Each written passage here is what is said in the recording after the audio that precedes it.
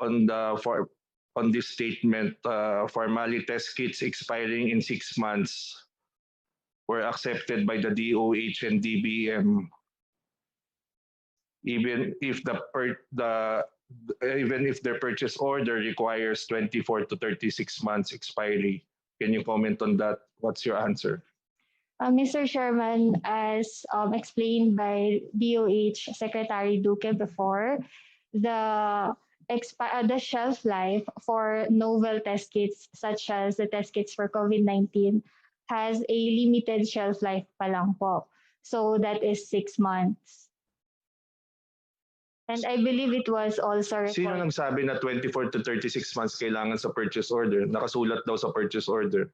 It was in the technical specifications po, Mr. Chairman, but I believe we offered 6 months po based on the actual product brochure and product instruction for use. So po. the DOH was informed that you will be delivering 6 months life of test kits. They were aware of it. From what I can recall, Mr. Chairman, they are aware of it. Ms. Mago, I listened to your opening statement. It's different from the opening of the statements that you made last September 24. So are you ready to be charged with perjury just in case? Are you ready to defend yourself just in case somebody charges you with perjury? Yes, Mr. Chairman. Okay, thank you. I'll be asking further questions later. We will now proceed with the interpellations. We will recognize members on a first to register basis, and please register with the COMSEC if you wish to be listed as an interpellator. May I remind the members to limit your questions to issues and refrain from asking questions already answered. Also, please observe proper decorum and give due respect to our resource persons and guests who took time out of their busy schedules to assist this committee in proceeding in our hearing. Thank you. The first in our list of interpellators is the birthday boy, Congressman Pido Garbin. Congressman Garbin, you have 20 minutes. Thank you, Mr. Chair, and good morning to all who are present in today's hearing. Mr. Chair, allow me to state my observations as an active member who actively participated for the past 3 hearings. We were able to, establish facts in the said previous hearings. First is on the overprice, Mr. Chair. The COA and the Department of Trade and Industry has reiterated that there was no overprice on the PPEs and on the face masks. In fact, the Senate Blue Ribbon Committee has practically conceded that there was no overprice. Now, on the legal process that was followed in the procurement of the goods, Mr. Chair, it was also my observation during the past 3 hearings that the legal process was followed under the Bayanihan 1 and also on the emergency procurement of goods. In fact, the Deputy Speaker, Congressman Dr. Macorleta, made it very clear, Mr. Chair, in his questioning of Mr. Mon Abrea that there was no need for the usual due diligence required under the competitive bidding under the Bayanihan 1, and more importantly, under the circumstances during the beginning of the pandemic. And even Mona Brea considered that under the emergency cases, this type of due diligence, Mr. Chair, is not necessary given the circumstances involved in the emergency cases. Testimony was also given, coupled with the testimony of the GPPB, Mr. Chair, in previous hearings. It shows that the process followed by the DBMPS was not illegal and was consistent with Bayanihan 1. Mr. Chair, let me direct my question to the former Inspection Division Chief, George Mendoza. Is he around, Mr. Chair? Yes, he is. Mr. George Mendoza, please answer the questions of Congressman Pido Garbin. Yes, Your Honor, present po. Mr. Chair, Mr. Mendoza, I'll be delving on the issue of the pre-signed delivery and inspection forms being alleged in the Senate Blue Ribbon hearing. Mr. Mendoza, during the previous hearing, it was mentioned that you signed on at least 2 occasions inspection and delivery reports before the actual delivery of stocks. Do you confirm the same, Mr. Mendoza? Yes, of Your Honor, but I explain naman po why it was conducted considering we deviated from the usual process that we do. Opo, I have signed 2 ICARs or inspection reports. Since this is a document, not actually an inspection report, but a pro forma document that will be needed to process the payment in advance. Opo, considering po, as I mentioned in the Senate, that the goods or the PPEs are still in China.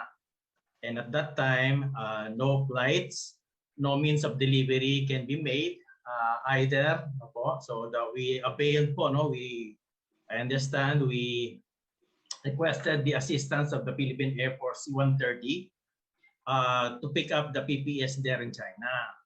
Kaya lang prior to that, the Chinese suppliers there do not accept our purchase order, considering nga po na at that time agawan po, no, for the term, forgive me for agawan po ng PPEs sa China. So if you don't have cash, wala kang makukuha ang PPE. Considering at that time po yung kasagsagan po ng pandemic, we do not have the luxury of time to wait for the ano po yung sundin po yung proseso natin with regards po sa payment, inspection, Mr. Mendoza? acceptance, and payment po. Opo.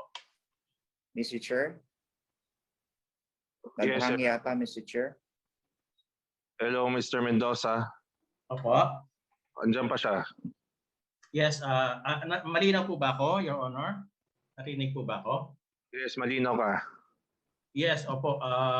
As I left off po, no, yun na nga po, at that time po, at the pandemic, an advance payment has to be made for us to be accommodated po, no, mabigyan po tayo ng PPE stocks that will be distributed po sa ating mga health workers, frontliners po. Yes, Mr. Chair, there was this short interruption of my internet connection. Now, to what procurement does you pre-sign the ICAR refer to, Mr. Mendoza? Kanino ho yung ICAR? Para saan ho yun? Opo, ang ICAR po, no, stands for the Inspection, Certification, and Acceptance Report. Normally, we prepare this one. Yung ICAR po, no, for info po ng lahat, is a system-generated document po. No? So, it certifies that the items has been inspected and acceptance. Kaya lang po, as I mentioned po earlier, this is a deviation po ng ating the usual process that we do. And for the info na rin po, this is the first time po, no, yung dalawang ICAR that we signed, that we released in the history po ng procurement service that we have done that. Normally, Sino po yung ano? Yes, Mr. Mendoza, sino po yung dalawang Chinese suppliers who were para sa issued? po, as opo, Your Honor, as far as I can recall, it is Zhou and Chunsen, if I am not mistaken po. Chunsen and Zhou po. And what was the agreement regarding the delivery of the PPEs directly procured from China?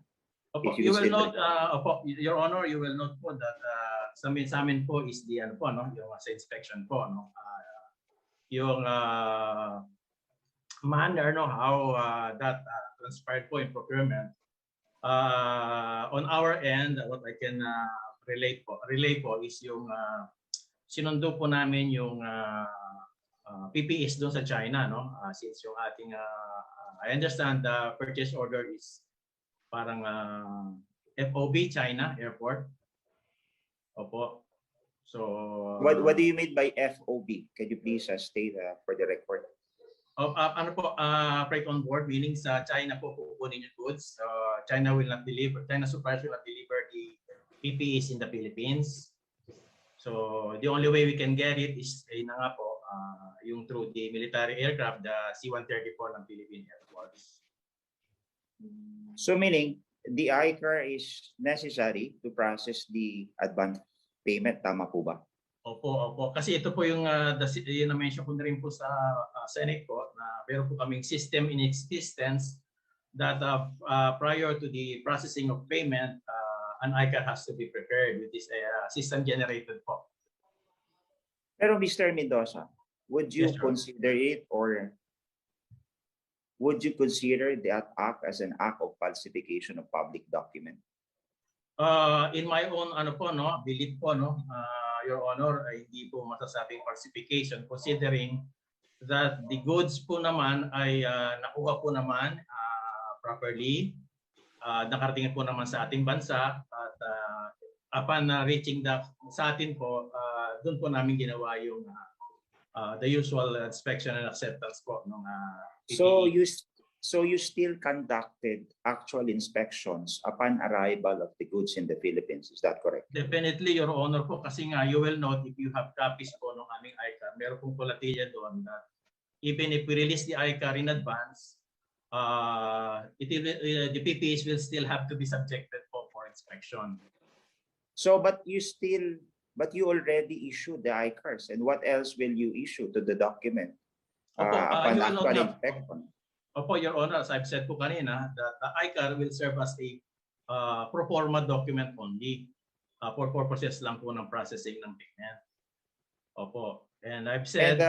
Yes, opo. I understand, Mr. Mendoza. But upon arrival of the goods, yung PSDBM ba at yung Department of Health jointly inspected the items when they arrive in the Philippines? As I can recall, dapat po ganun po mangyari considering that the DO is the end user of these PPEs, Your Honor.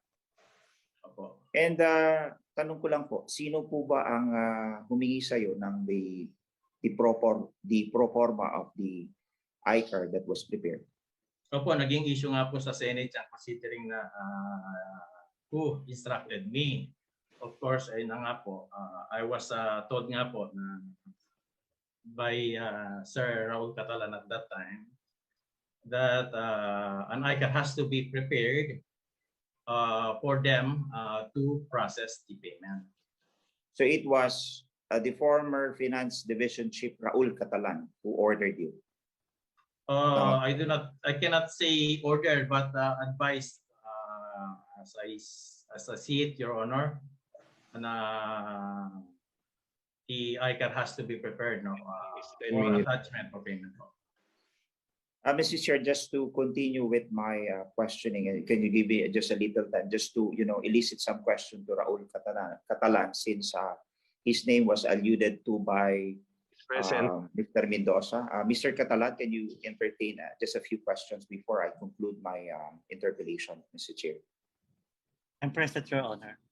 Mr. Yes, Catalan, do you confirm what George Mendoza said that the subject ICARs were issued as a pro forma document needed to process advance payment to Chinese suppliers? Thank you for this chance, Honor, to clarify this transaction. When I was asked last time in the Senate, they wanted to clarify if I am the one who gave the instruction to Mr. Mendoza. Ang sabi ko po ron, ang conclusion po ay yung word na in-instruct at saka yung word po na requirement po yung for payment. So in a way po, tama po na it is a requirement po na hindi po makakabayad ang PSDBM without this ICAR because of the requirement po doon sa aming accounting system. Medyo technical po, accounting po kasi, yung accounting system po, bago ka po maka-effect ng payment, you have to set up a payable. Para po pag nagbayad ka, i-debit po yung payable and makikredit po yung cash. That is po yung system namin. So, para naman po ma-set up yung payable, our accounting system will require that inspection and acceptance report. Ang entry nung kasi, madedebit niya yung inventory, makikredit naman yung payable. So you will have a liability. So yun naman po yung siguro yung pinapaliwanag ni Mr. Mendoza na it was an accounting system requirement. So, Mr. Catalan, do you think this is an act of falsification?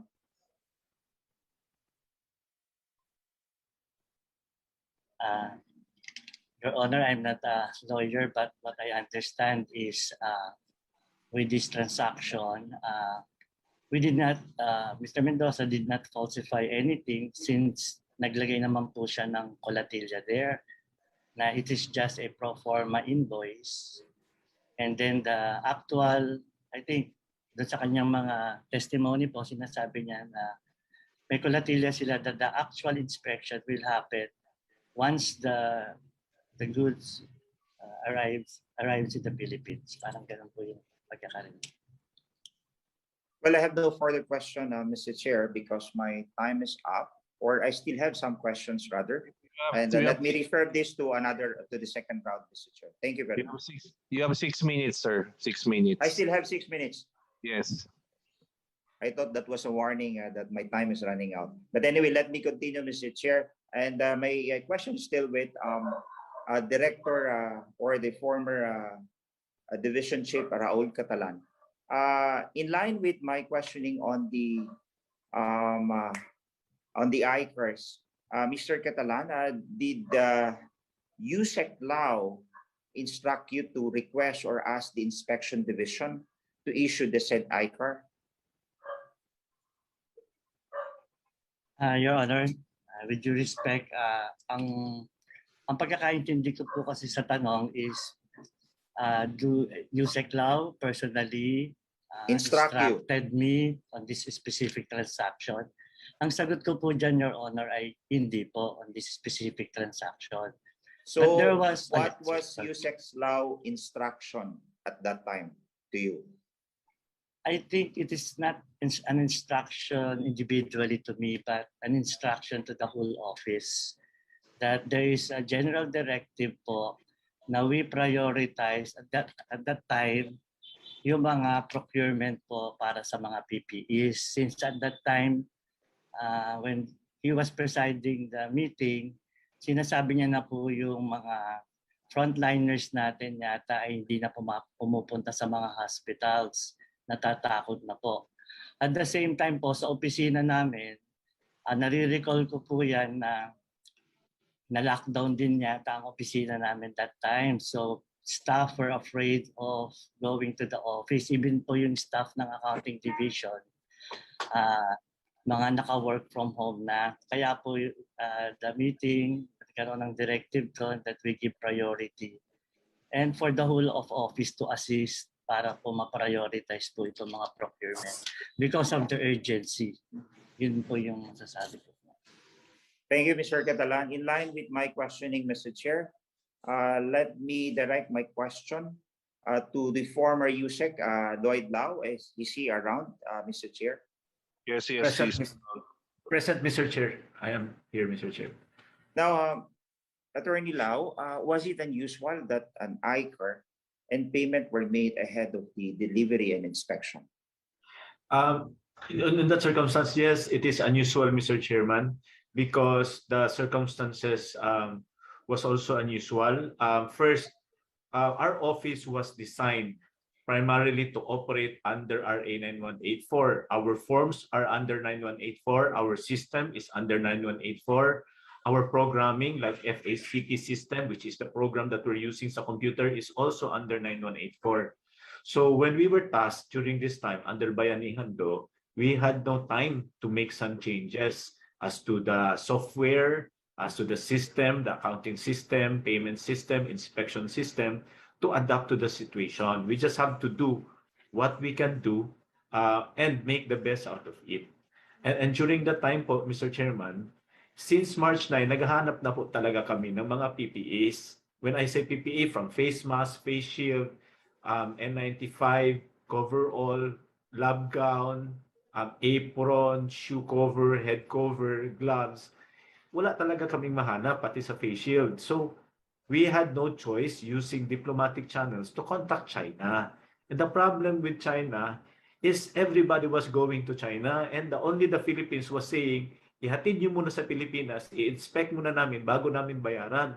And China does not know even PSDBM. So businessmen in China would say, bayad muna kayo bago kami mag-deliver. So we had to coordinate with Embassy of China and the Philippine government to make arrangements kasi ang hirap nga nun. Pati nga sa Pilipinas hindi ka nga makapunta ng office kasi walang sasakyan. How much more Philippines to China? So it was very unusual circumstances po. You said that it was an unusual method in answer to an extraordinary circumstance during that time wherein you cannot find any supplies of the PPEs. Now, my question is, did you not reach the money of the government when you made advance payments prior to the delivery and inspection? To answer that question, Mr. Chairman, that I think that time was on the first week of April. We had no choice but to make calculated risk. The word is calculated risk, because it's a choice between waiting for China to open up its country and lift their lockdown and waiting for the Philippines to lift their lockdown. We don't know during that time kung aabot ba ng isang buwan, 2 buwan during that time. Kung inantay namin yon, the problem was the doctors and the frontliners were already saying, we will stop going to the hospitals because we are dying. And Secretary Duque was already saying there might be a collapse in the health system. The Senate was already budgeting everybody na, nag-release ng pera pero hindi pa rin kayo bumibili. We have to make a calculated choice. It's a calculated risk that we have to make. But despite making such risk, na nag-release kami ng bayad without seeing the items, we undertook measures to make sure that the money of the Philippines is protected, because we coordinated with the Embassy of China, the government of China. In fact, bago kami nag-release ng bayad, nag-arrange muna kami sa China na, nandyan na ba sa warehouse yung mga gamit? Ready na ba ang Bureau of Quarantine and Bureau of Customs to inspect and to sanitize the items? Mr. Lau, Mr. Lau, Yes po. I apologize. How did you know, Mr. Lau, that it was with prior coordination between the Philippine government and the Chinese government? We are aware that it is with prior arrangements and coordination with two governments, the Philippine government and Chinese government, because there were talks being discussed by the armed forces of the Philippines and the Chinese government for our government gray ships, which is the naval vessel, and our Air Force, which is the C-130, to land in China and to dock in China to get these items. In fact, during that time, we also discussed with the Bureau of Quarantine of China as to the quarantine measures to be adopted by Filipinos picking up the items in China. We also had discussion with the customs of China as to the tax implication of China and the tax implications of the Philippines. And as a matter of fact, I think the IATF, NTF, and the Secretary of Defense were the ones who were instructing the Philippine vessel and the Philippine C-130 to actually make the travel to China with prior arrangements and go signal of the Chinese government, Mr. Chair. Mr. Chair, I know my time is up. Thank you, Mr. Lau, and thank you, Mr. Chairman. Thank you, Mr. Chair. I'll release you for the second round, Congressman Garbin. Next to interpolate is Deputy Speaker Rotante Marcoleta. Sir, you have the floor. Salamat po, Mr. Chair. My initial questions will be directed to Ms. Mago, Mr. Chair. Ms. Mago, good morning. Good morning, Your Honor. Binasa kanina, Ms. Mago, yung sulat mo sa House of Representatives. Nag-request ka ng protective custody. Narinig ko yung pangungusap mo doon. Sinasabi mo na gusto mo magkaroon ng voluntaryo at malayang pagpapahayag ng mga sagot mo. Kaya minabuti mong dito gawin yung pagtestigo mo. Tama ba yun? Tama po yun, Your Honor. At dito sa unang pangungusap mo ngayon na narinig ko rin, kinukumpirma mo na gusto mo magkaroon ka ng conducive environment na kung saan ay malaya mo ring masasagot yung mga bagay-bagay na may kinalaman dun sa kinasasangkutan mong anungan na nanggaling sa Blue Ribbon Committee. Tama ba yun? Yes po, Your Honor. Narinig ko yung mga pangungusap mo, pati yung nawala ka sandali off the radar because you needed to breathe. Mr. Chair, ito po'y nakakabahala sapagkat kapag alinmang chamber ng Congress ang mag-undertake ng investigation or formal inquiry in aid of legislation, hindi naman natin nilalagay sa ganong kalagayan ng mga testigo na ating tatanungin. Ito po, narinig ko nga, Mr. Chair, na in the last 2 months, sabi niya, was very particularly difficult for me, especially when it was exacerbated by the involvement in the ongoing investigations. At nakita ko kung paano siya halos lumuha nung sabihin niyang it was extremely traumatic to be accused of lying. Nababahala kami, Ms. Mago. Gusto naming alisin yung ganong klaseng environment. Ayaw namin na humarap ka sa amin na matatakot ka. It's like you're being intimidated. Gusto naming malaman kung sa ngayon, sa pagharap mo sa amin, ganun ba yung pakiramdam mo ba? O maluwag na ang dibdib mo, wala kang kinatatakutan, at malaya kang makapagsasabi, makasasagot sa mga itatanong namin? Mas maayos na po yung pakiramdam ko na sumagot ng mga tanong ngayon, Your Honor. At naniniwala ka sa pagharap mo sa amin, wala nang undue influence, Yes, wala po. nang traumatic experience. Pwede ba namin i-assume na okay ka na ngayon sa pagharap mo sa amin? Yes po, Your Honor. Kasi ayaw namin, narinig mo yung salita ng aming chairman, dito ang hinahanap lang, katotohanan lang. This committee never bludgeons or traumatize witnesses. Gusto namin malaya at voluntaryo ang pagsagot sa mga itatanong namin. Okay ba yun, Ms. Mago? Yes po, Your Honor. Meron ka kasing sinabing official statement dated 28 of September. Ano ba yung official statement na binabanggit mo dated September 28, 2021? Opo, in summary po, ang nakalagay po dun ay hindi po ako nawawala o nagtatago. Nasa maayos po akong kalagayan, hindi rin po ako nag-receive ng threat mula sa family po.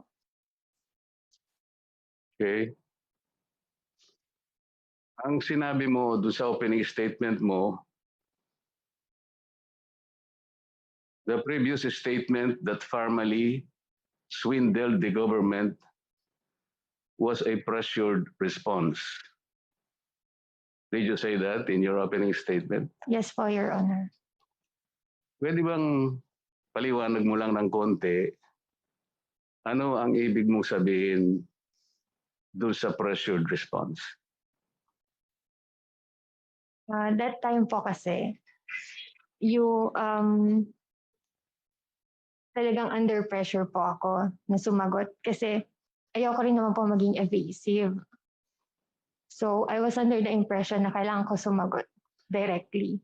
And ayun nga po, nabanggit ko po na wala po ako sa tamang, I was not in the best frame of mind to think clearly and wisely na mga isasagot. That's why I had to say yes po. Why were you under pressure? Well,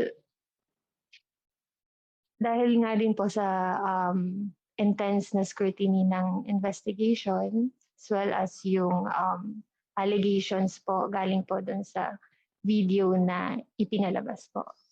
You're referring to the barrage of questions asked of you.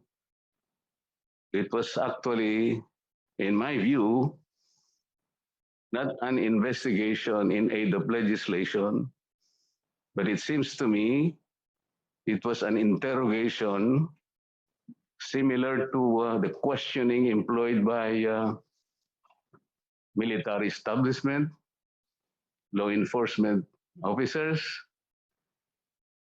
even intelligence agencies or organized crime syndicates.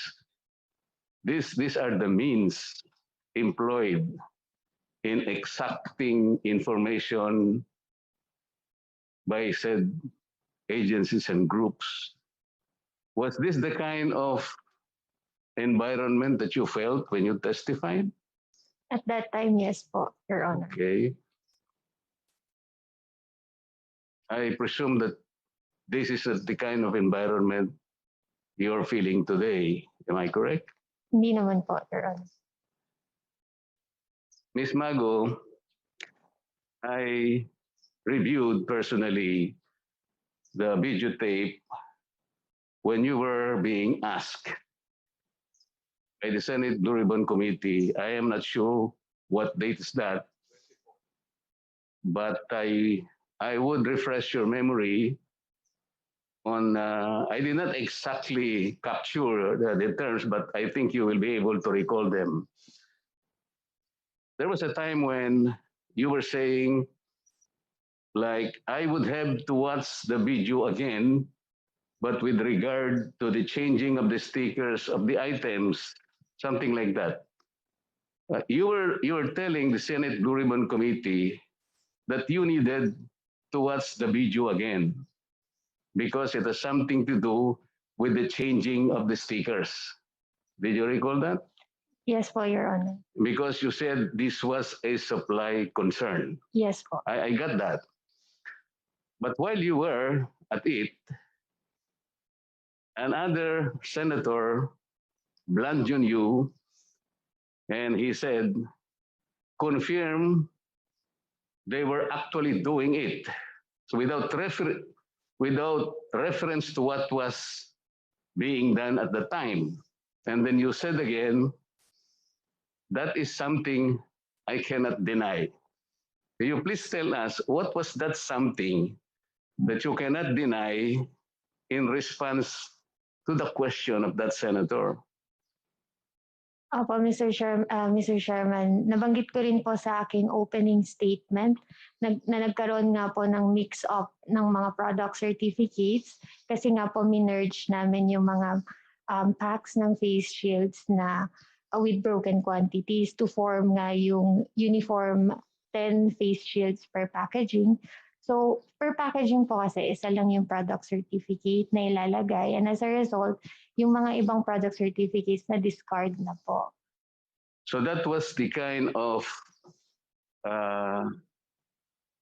thing that you were referring when you said changing of the stickers. You were referring to the inconsistent packaging that you mentioned in your opening statement, because you needed to arrive at the packaging of 10 face shields in one package para maging consistent, sabi mo rito.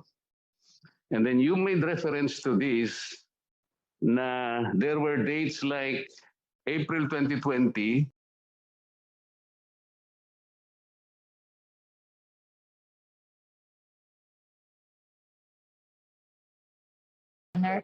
But I do have to check po to clarify on this. hindi, ito yung binabasa mo, sinabi mo kanina,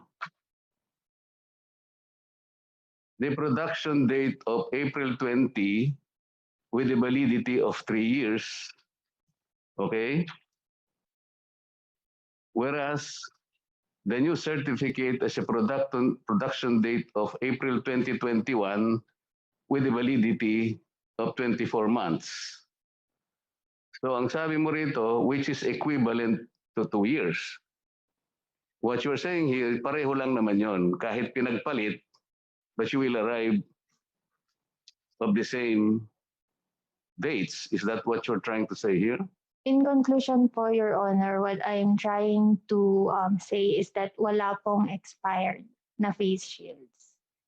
Yes, in saying that you change in the change of the stickers, walang nasakripisyo na validity or expiry dates.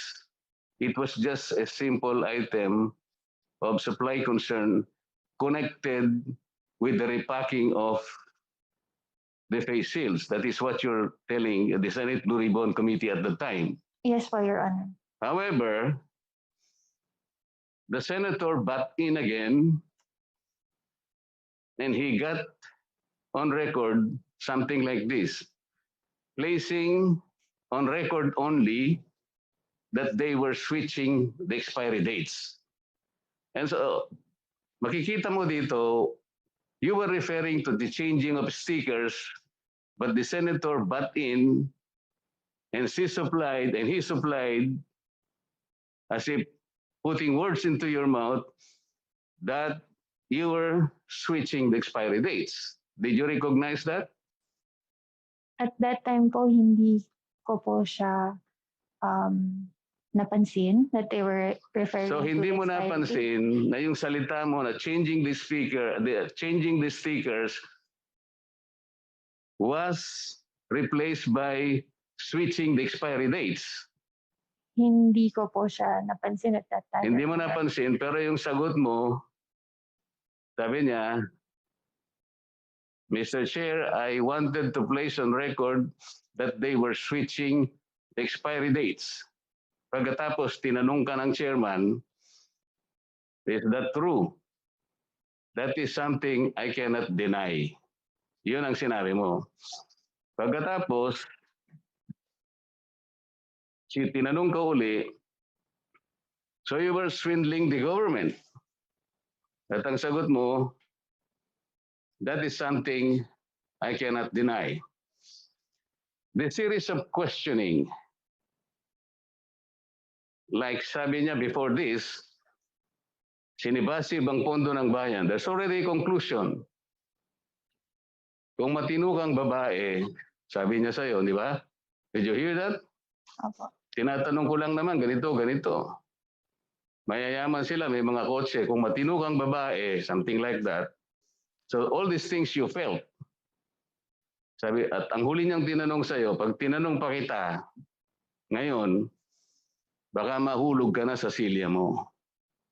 These are the kinds of threatening and intimidating environment you were placed in. So when you said that you swindled the government, with Farmally, is this the one that you referred to in your opening statement? That is a pressured statement? Yes, Do you want to explain this further? yes po, Your Honor. Kasi given po the pressure that I was under at that time, also yung short amount of time na ibinigay sa akin to answer the question, and in consideration, ayoko rin naman po maging evasive sa pagsagot ng mga questions. What I considered at that time is nakapag-deliver na po kami partially sa DOH ng mga face shields.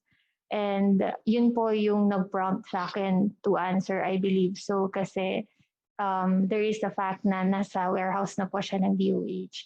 But then again, after reviewing my statements po after the hearing, dun ko po na-realize na hindi ko na-consider yung fact na hindi pa po siya na-accept or inspect and accept ng DOH po. So yun po yung clarification na gusto kong ibigay. Nung tinanong ka niya, so you swindled the government, you could have said, no sir, why did you not say that? Ayun nga po, I was also under pressure. And what came to mind was nagkaroon nga po ng partial delivery sa DOH. So, ayun po yung nag-prompt ng sagot ko, Your Honor. You're saying that you were confused. Yes po, Your Honor. You were confused that somehow there was already a partial delivery. What has the partial delivery to do with the confusion, Ms. Mago? Well, ito po kasing mga dineliver namin sa DOH contains the mixed product certificates nga po na in-explain ko sa aking opening remarks. So, there was that confusion po when I answered the question.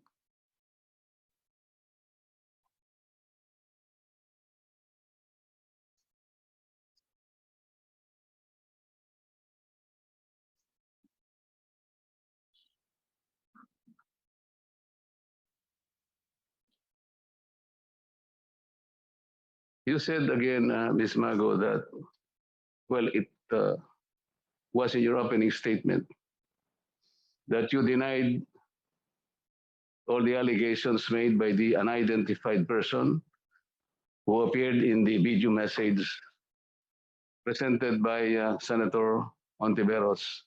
Was part of your opening statement. Do you confirm that? Yes po, Your Honor.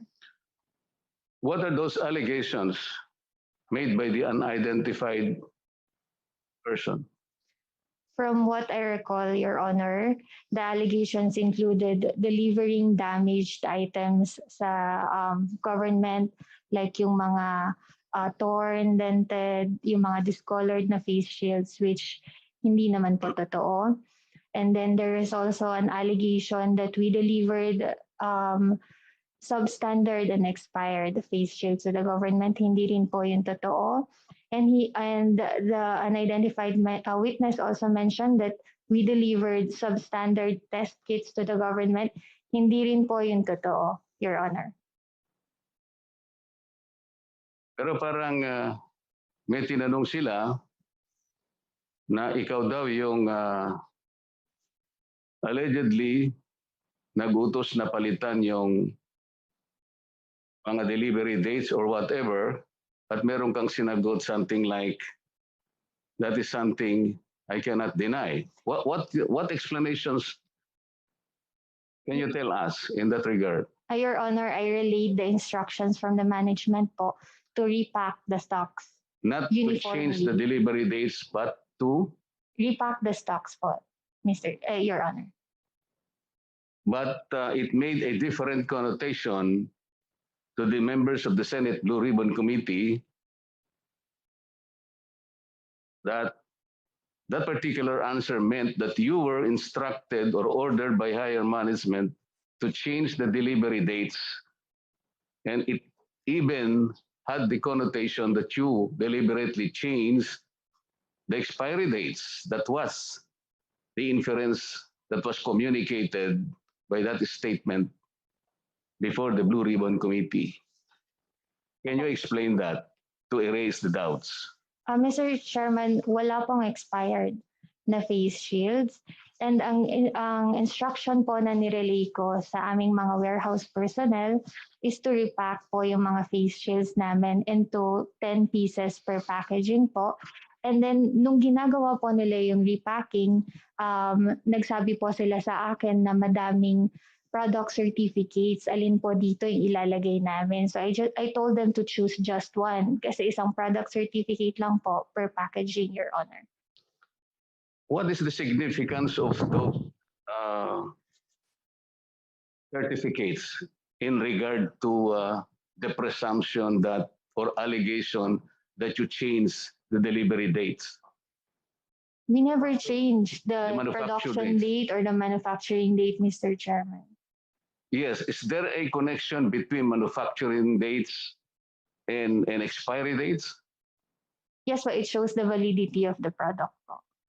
In your opening statement, you made an explanation of April 2020 and April 2021. Will you explain that, please, so that we can erase the doubts as to the allegation that there was a deliberate attempt to change the expiry dates? Mr. Chairman, ang nangyari po is that there were a lot of product certificates in excess and our staff only had to choose one of those product certificates na ilalagay po sa packaging. I never instructed them na piliin yung product certificate with a more recent production date. It was at their own discretion po na pumili ng product certificate na ilalagay po sa packaging, and we also checked yung validity po nung na nakalagay sa mga product certificates, and none of those were expired or near expiry po. Yun na nga, yung gusto mong sabihin dito, kahit aling certificate ang gagamitin, that will not show that the certificates have been previously expired or the certificates previously expired. Yes po, Your Honor.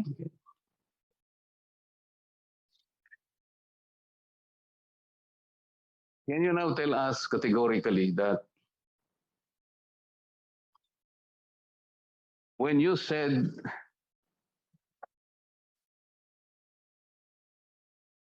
or when you answered that that is something I cannot deny to the question whether or not formally swindled the government, you were in a condition of extreme pressure Yes po, Your Honor. that, according to your own statement,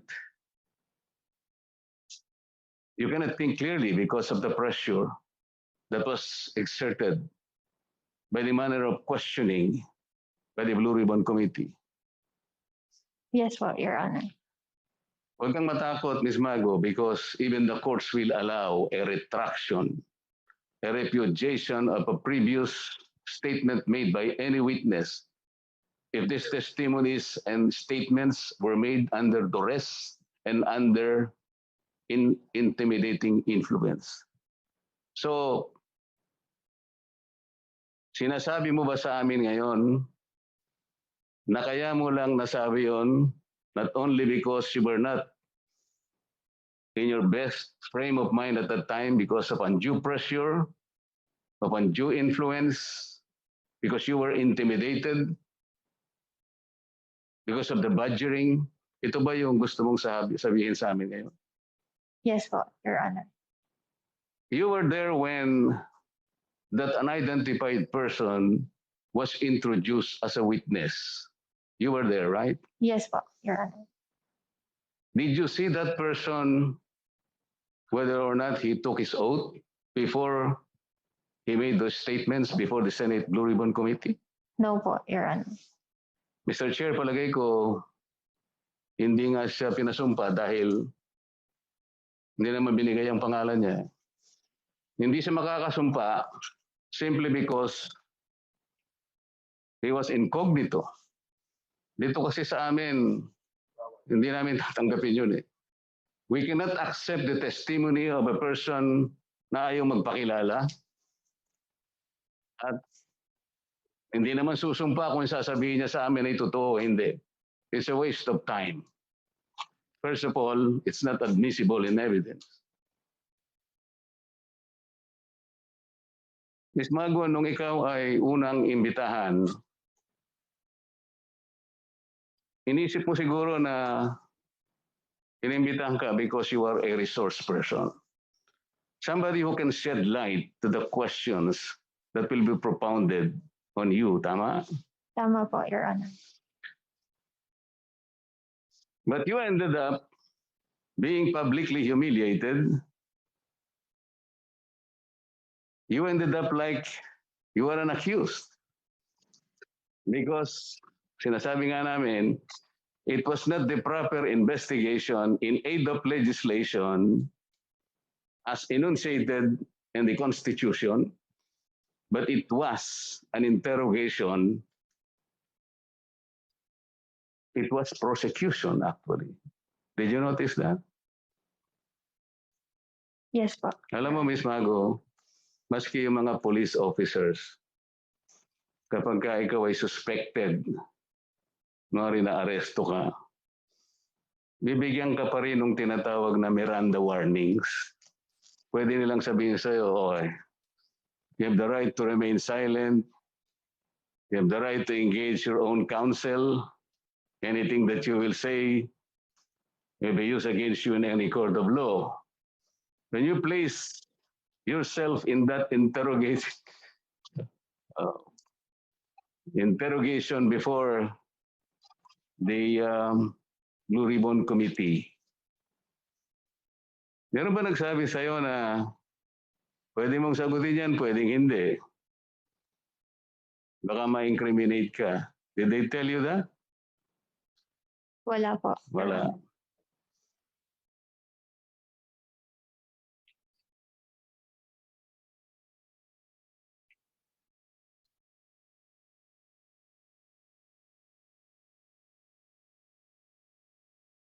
Sinabi mo din, Ms. Mago, while you were testifying, you were tested positive with COVID-19. Is that true? Yes po. And because of the overwhelming pressure that you got and the intense scrutiny, it had a detrimental effect on your mental health. Is this correct? Yes po, Your Honor. Did you see a doctor? I had no chance po. Why did you say that it had a detrimental effect on your mental health?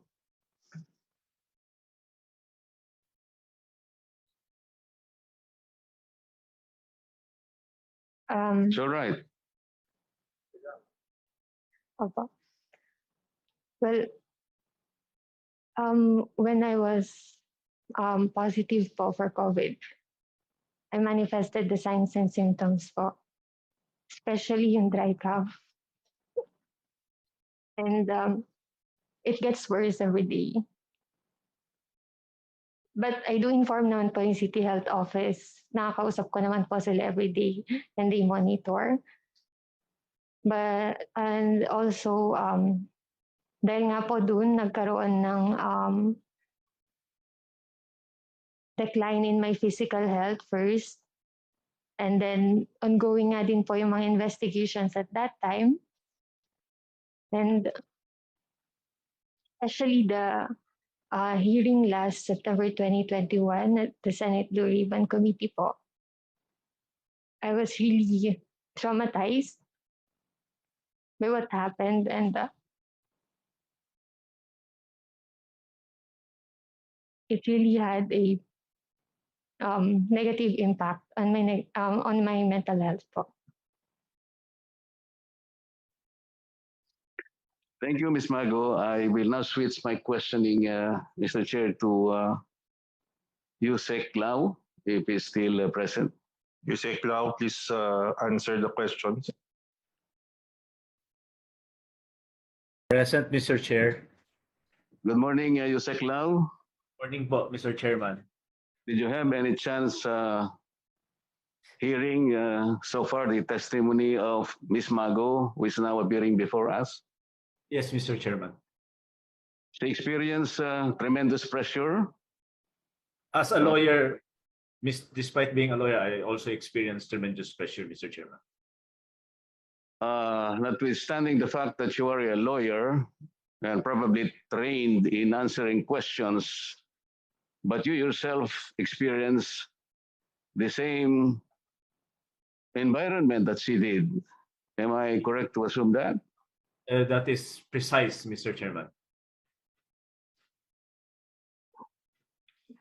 In fact, I made a statement in the last hearing of the Congress, House of Representatives, and in the Senate that I felt that the testimonies elicited to my person during the time were under pressure, and I feel that the environment in the Senate was hostile, considering that the questions were very misleading and that being shouted upon, first time in my life, being berated as to my person, as to my profession as a lawyer, as to my education, as to my character. In fact, even the family name which was passed on to me by my ancestors, which I shall pass on to my children, has been berated, being called as Lao Lao. That's very hostile, Mr. Witness. It's my first time, even as a lawyer, that I've been treated that way. So you share the sentiments of Ms. Mago. Yes, Mr. Chairman, because before the Senate hearing started, I was even interviewed by a news agency, which I stated that the Senate and the House of Representatives hearing during the time, I was very interested in participating to shed light on the circumstances, but I never, in any of my wildest dream, would foresee how I will be treated in such a hearing, Mr. Chairman. Ms. D.S. Marcoleta, your time is up, but Congressman Acosta Jr. of 3rd District of Palawan has yielded his time to you. So you have another 20 minutes. Thank you, Mr. Chair, and thank you to my colleague. Attorney Lau, I'm wondering why you did not go to the Supreme Court in order to protect you against the kind of harassment or intimidation or the undue influence. You were made to answer under duress. Sometimes you have been scolded. And like what you testified today, you have a recourse in the courts of law. I'd like to believe that you're familiar with the case of Bengson versus Senate Blue Ribbon Committee. Are you familiar with that case? Yes, Mr. Chairman. And in that case, Yusek Lau,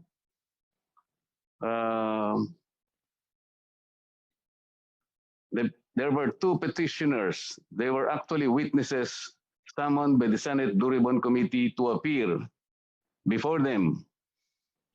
But instead of testifying, they went to the Supreme Court via a petition for prohibition, and they succeeded. The Supreme Court ruled in their favor because it was decided that the inquiry was based only on the privileged speech of then Senator Juan Ponce Enrile, which did not contain any suggestion of a contemplated legislation. That is why the court ruled in favor of the petitioners, kaya hindi na sila tumistigo. Why did you not go to court and seek the same remedy? Initially, Mr. Chairman, before the first hearing and before the second hearing of Senate, I was of the impression that the intention of the Senate investigation was in aid of legislation. And as one of the key personnels who handled the procurement of the PPEs and the test kits, it was wise that we could shed light on what should be done to make better measures for the succeeding procurement of the country. However, during the first hearing and the second hearing, things did not turn out the way we expected it to. We were treated after the second hearing. After the second hearing, Mr. Chairman, I wanted to go to the courts. However, when I was about to buy a ticket for Manila and make some arrangements there was already a statement released that I was planning to abscond the Philippine territory because I was in hiding. That prompted me to be concerned because if I ride the plane and arrive in Manila airport, I might be viewed or projected as planning to leave the Philippines, Your Honor. So, and I was also afraid that I will be arrested, Mr. Chairman. But do you know that in the case of Ong versus Court of Appeals, GR number 132839, this is dated November 21, 2001. It says, the rules of procedure of the Senate and the rules of the Blue Ribbon Committee do not state that the Blue Ribbon Committee has the power to issue an order of arrest. Did you know about that? I am not aware about that, Mr. Chairman, but I am very aware that I have the right to freedom of speech, right to liberty, right to privacy, Mr. Chairman. However, during the Senate investigation, I was threatened all the time by legislatures that I will be cited in contempt, that I will be sent to jail and detained, Your Honor. Kaya nga, ngayon sinasabi ko na sa iyo, sinabi sa kasong ito that was decided by the Supreme Court, not even the rules of procedure of the Senate of the Philippines, including the rules of the Blue Ribbon Committee, wala silang power na mag-issue ng order of arrest. What they can do is to go to court and ask for an order of arrest. Ganun kasi ang sistema ng ating pamahalaan. Even the National Prosecution Service, kahit ng ating mga piskalya, hindi naman silang nagpapa-aresto. Not even the Department of Justice can do that. They will have to go to court and ask for an order of arrest. Ito maliwanag. Wala naman silang kapangyarihan na magpa-aresto ng tao. Hindi ko nga alam kung bakit meron silang na-detain ngayon, kung paano nila inaresto. Dapat sana ay gumawa ka na ng paraan, pumunta ka na sana sa korte, sapagkat ang nangyayari, hindi na nga in aid of legislation. Alam mo ba yung Attorney Lau, are you still there? I am present, Mr. Chairman. Still here, Are you Mr. Chairman. familiar with the case of Neri versus Senate Blue Ribbon Committee? I'm not aware, Mr. Chairman. Okay. In this case, pakinggan mo lang mabuti, ano? In this case, the Supreme Court held that the Senate's power of inquiry shall be used to obtain information in aid of legislation and not to gather evidence of a crime, which is essentially prosecutorial, not a legislative function. Sinabi pa niya ganito, no matter how noble the intentions of the respondent committees, in this case Blue Ribbon and other committees joining them, they cannot assume the power reposed upon our prosecutorial bodies and courts. The determination of who is or are liable for a crime or illegal activity, the determination of who should be hailed to court for prosecution, and the task of coming up with conclusions and findings of facts regarding anomalies, especially the determination of criminal guilt, are not functions of the Senate. Congress is neither a law enforcement nor a trial agency. Maliwanag ba sa iyo yun, Attorney Lau? Very clear, Mr. Chairman. Thank you for the education, Mr. Chairman. Kasi ang Senado hindi isang prosecutor's office. Yan ay nasa province na ng National Prosecution Service natin. Kaya nga meron tayong NBI, meron tayong fiscal. At saka yung dapat malaman mo rin ito, you have the right to privacy. You have the right to invoke the right against self-incrimination.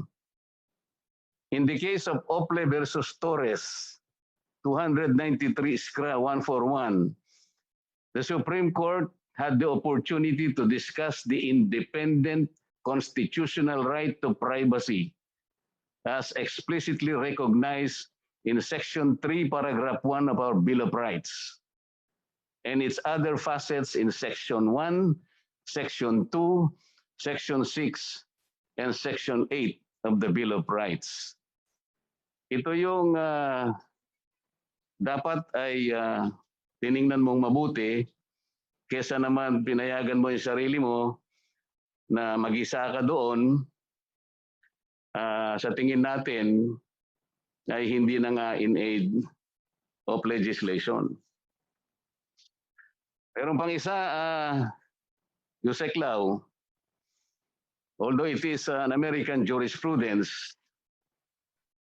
in Marshall versus Gordon, ito tandaan mo mabuti ha, nagkataon lang naman na ganun na talagang case ito eh.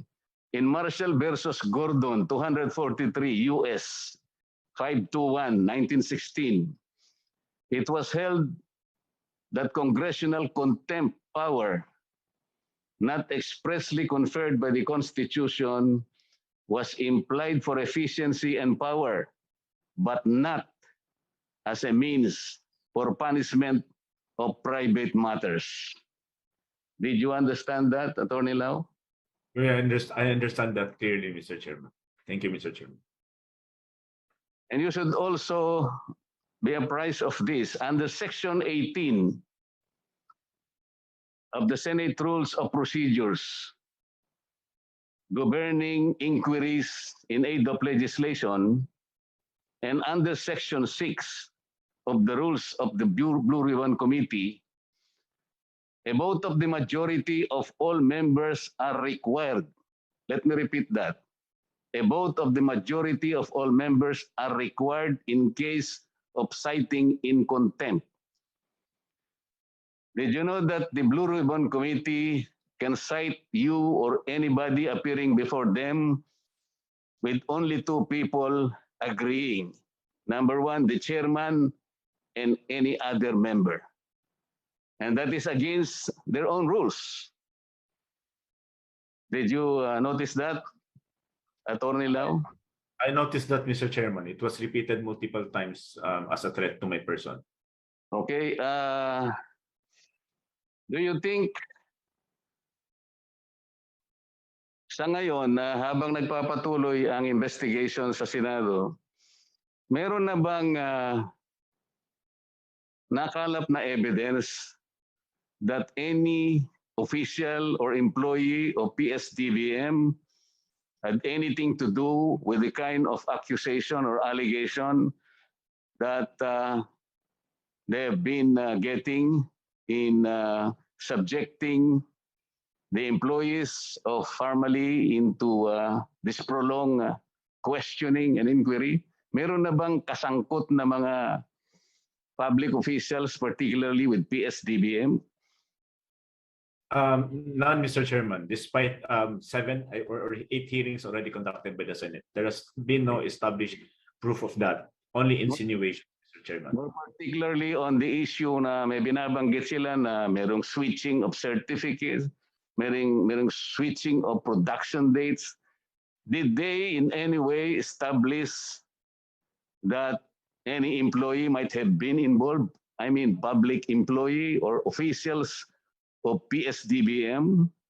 Was there an indication that somebody conspired or aided or in cahoots with the kind of allegation that they are now trying to elicit in their prolonged and continuing investigation? No, Mr. Chairman. Okay. The reason why I am asking these questions, because if you will review the rules of the Blue Ribbon Committee, sinasabi nila doon that in the course of their investigation, if they uncover evidence of misfeasance, malfeasance, and nonfeasance, they will refer it to the Ombudsman, to the DOJ, and any other investigative agency as the case may be. Kung totoo man, halimbawa, ipaghalimbawa na natin na meron na silang nakalap na ebidensya, all of them are saying that they have built up a strong evidence. O bakit naman hindi pa sila pumunta sa Ombudsman, Mr. Chair? O sa DOJ, sapagkat nandun naman sa kanilang tuntunin yon. Hindi nila ginagawa because they are building up a case, Attorney Lau. that is going beyond formal inquiry and investigation in aid of legislation. Investigations cannot be done to build up a case. This is the province of the prosecution service of our government. Do you understand that, Attorney Lau? I understand fully, Mr. Chairman. That's how I was also educated in law school, Mr. Chairman.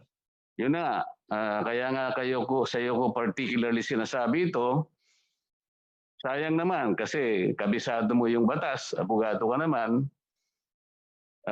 para hindi ka na sana na-traumatize kagaya ni Ms. Mago. Si Ms. Mago, we can understand na na-traumatize siya, hindi man siya preparado sa ganito, lalong-lalo na kung pagtatanungin mo naman sa environment na parang nananakot ka pa, mahirap talaga yun. Kahit tayo, mga lalaki na nga eh. Kung, Diaz Marcoleta, your time is up, but Congressman Evcas gave his 20 minutes to you, so you have until 1 o'clock, 1:05. Salamat po, Congressman Evcas. Bagamat hindi na rin siguro masyadong magtatagal ang pagtatanong ko, pero salamat din po at binigyan pa niyo ako ng pagkakataon. Yun nga, ang sinasabi ko, Mr. Chair, tayo, kahit malaki na tayo, lalo na po kayo, Mr. Chair, talagang malaki naman ang bulas nyo, lalaki naman kayo talaga, may hirapan din tayo kung hindi mapaghandaan naman, hindi ibigay sa atin ang kondisyon na kung saan malaya at voluntaryo tayong makapagsasalita. If the environment was concocted in such a way that they will be able to extract from you any information even under duress or even under undue influence. Napakahirap naman po, kagaya ng nangyari kay Ms. Mago na sunod-sunod na pagtatanong. Ms. Mago, can I go back to you? What is the difference between our way of questioning, our way of extracting answers from you,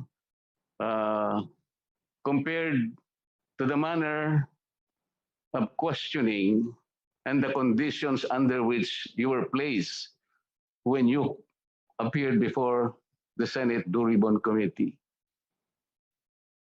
Your Honor, personally po, from my experience, Pwedeng pakilakas mo, ma'am? Apo. Personally po, from my experience, Your Honor, dito po sa House of Representatives, ang questions is isa-isa lang po. Tapos pinapakinggan po kami, pinapatapos po kami sa aming mga sagot. And although strict din po yung investigation, wala pong atmosphere of pressure, and also wala rin sumasabat during the time na sumasagot kami per question po, Your Honor. Mga katwid, pwede naming i-assume dito, Ms. Mago, na yung isinagot mo sa amin, voluntaryo, walang halong pananakot na ibigay mo ng malaya, hindi kagaya nung ikaw ay tinanong sa kabilang chamber na kung saan pati sagot mo, sabi mo nga dito, is a pressured response. Yes po, Your Honor. Importante kasi sa atin yon, Ms. Mago, sapagkat ang ating mga batas ay talagang pinoproteksyonan ang lahat ng tao makapagbigay ng malaya, totohanan, at walang kapaimbabawan na sagot. Sapagkat ang ating pinag-uusapan ngayon ay may kinalaman hindi lamang sa pondo ng ating pamahalaan, kundi may kinalaman na rin doon sa katotohanan na gustong malaman ng ating mga kababayan. Ang pagsasagawa kasi ng ganitong uri ng inquiry, Ms. Magos, para sa inyo na rin kaalaman, 4 na bahagi kasi ito eh. Formal inquiries and investigation in Congress, in either chamber, can be done and for purposes of number one, in aid of legislation, kasi maaaring ang sagot na makuha namin sa'yo, makatutulong sa amin sa pagbabalangkas ng mga batas na makakabuti sa atin. Pangalawa, yung oversight function na kung saan ay tinitingnan namin kung yung implementation ng batas na ginawa namin ay nagagawa sa maayos at naayon doon sa objectives. Pangalawa, yung constituent function, sapagkat meron din kaming pananagutan sa mga constituents na nag-aakala na ang aming ginagawa ay para rin sa kanilang interest. At yung pang-apat, yung tinatawag nating teaching function, sapagkat umaasa ang kabuuang mamamayan ng ating bansa makaalam ng totoo. Importante kasi na dapat kung ano yung lumabas, yung totoo lang. Narinig mo yung sinabi ng chairman namin. We are only in search for truth. Ironically kasi, Ms. Mago, kung titingnan mo yung Blue Ribbon Committee, meron silang insignia doon eh. Isa sa nakasulat doon, aside from the word Blue Ribbon Committee, ay yung salitang Latin yun, Mr. Chair eh. Whatever. Pero pag tin-translate mo sa English yun, Madam Ms. Mago, and the truth shall set you free.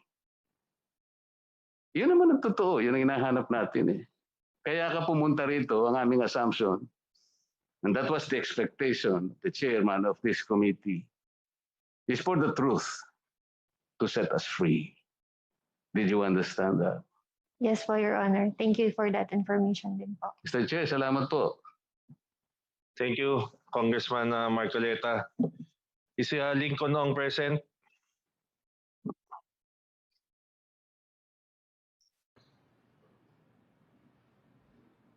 Hello, Lincoln. Mr. Lincoln Ong. Yes po, Mr. Chairman. Present po. Mr. Chairman, Yes, sir. Mr. Chairman, I am Ferdinand Topacio. I am representing Mr. Lincoln Ong. May I be allowed to make a few words, Mr. Chairman, please? You have been advised you cannot address the committee directly. You can only advise your client, Mr. Lincoln Ong, sir. Sir, if I may, if with the kind permission of the chairman and the committee, I wish to manifest that there is no way I can advise my client, Your Honors, at this point because his phone has been taken away from him by the Senate. So that is the only concern I wish to bring before this honorable committee, Your Honors. Not that I want to speak directly to the committee. I apologize if I have breached any rules of the committee, but there is no other way since we are on Zoom for me to relay this information to the committee. Thank you, Mr. Chairman. According to Section 13 of the Rules of the House of Representatives, Paragraph 4, sir, you are only limited to advising your client and you cannot participate in the hearing directly. Yes, Your Honor, I am aware of that. In that case, Your Honor, since I cannot communicate with my client directly, may I address him instead, Your Honor, considering that I'm not physically present You can in address the Senate? you can address him now. Yes, Your Honor, I have been advised. In the Senate, Your Honors, we have formally written Senator Richard Gordon in his capacity as chairman of the Blue Ribbon Committee that my client no longer wishes to participate in any further proceedings, Your Honor.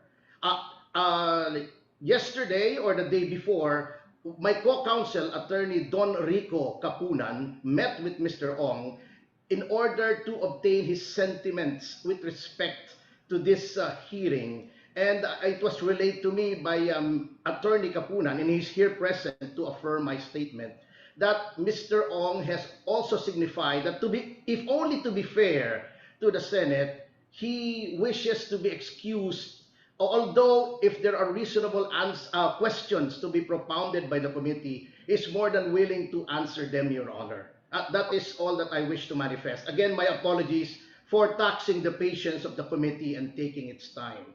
Thank you, Your Honors. Thank you. Mr. Lincoln Ong, are you here? Yes po, Mr. Chairman. Magandang hapon po. Magandang hapon. Mr. Lincoln Ong, during the course of your contracts with the government, how often would you and Mr. Wang Zhuyan speak to each other? Mr. Chairman, I think we always discuss the projects as a group, as a board. So we talk to each other very often. Every day? I can say that as a group. How is it that despite being in the same company, you are both on record providing contradicting and inconsistent statements? Mr. Chairman, I don't think we are contradicting ourselves among the board. Baka there's some misunderstanding, probably, Mr. Chairman. With the funding from Mr. Michael Yang, what is your final take on that? Because this is our last hearing, I want to know the whole truth. What is the participation of Michael Yang in your company? Mr. Chairman, allow me to clarify. We indeed seek for financial help or assistance or whatever we can call it kay Mr. Michael Yang. And then, true enough, he was able to help us to secure the goods and bring the goods here dito sa Pilipinas. Landed talaga siya.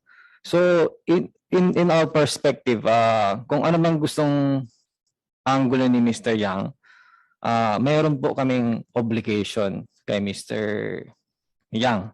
So kung tawaging utang man yan or loan man yan, para sa akin hindi po importante. Para sa akin po is tinulungan po kami para maiparating yung mga goods. Meron po kami obligation na kailangan bayaran. Yun po yung sa side ko po. Di ba before ikong translator ni Mr. Yang? Yes po, Mr. Chairman. How many years? If my memory serves me right, it's starting at the end of 2016 until end of 2019, Mr. Chairman. Tapos ito ng Pharmaline ang pinasukan mo. Mr. Chairman, accidental din tong this family na to eh. I was if Mr. Chairman allow me to further explain about my situation is umalis po ako. I decided to do something on my own in the later part of 2019 because nabuntis ko po yung girlfriend ko. Ayun. So gusto ko maghanap ng buhay. I wanna have a family. So yun, wala na ako kay Mr. Michael Yang. And then pumutok po yung taal. And then we started to do some small business, you know, as a group. And then here comes the COVID situation. So ito po, diyan po nagsimula lahat yan, Mr. Chairman. Oo nga. So hindi ka ba dami ni Mr. Michael yon? Are you a dummy for him? Hindi po, Mr. Chairman. I have my pride. I'm a thinking individual, Mr. Chairman. So, okay. Thank you, Mr. Lincoln Ong, for your statements. We will please be aware that this hearing is the last, so please do not log out until the final minute. Thank you. Mr. Wang Zhuyan, are you present? Yes, Mr. Chairman, I'm present. Same question. How often do you talk to Mr. Lincoln Ong? I think we any of the projects, if we are going to pursue any projects and the way to approach it, we will discuss together as a team within the board. Okay. Why is it that despite that you talk often, you are both on record providing contradicting and inconsistent statements in your business dealings? I think as explained in the first in that specific Senate hearing, it was I don't believe it was a contradicting statement. I think as if you notice the way that the Senate hearing is conducted, whenever we name a person, that person is brought up, scrutinized, and harassed in many ways. We name a supplier, the supplier is brought up, his supplier is brought up. I mean, we wish to shed the light with the truth, but the company name is already in the drain by what the Senate is doing. But if we are still young, we still want to do business, and by naming people, you will drag their name, drag anyone's name along the way, then it's very difficult. I think at that point in time, Lincoln was considering that he just does not want to implicate people who have helped him. And specifically in this case, Mr. Michael Young helped him with the financing because the company was not able to do that. Therefore, and I thought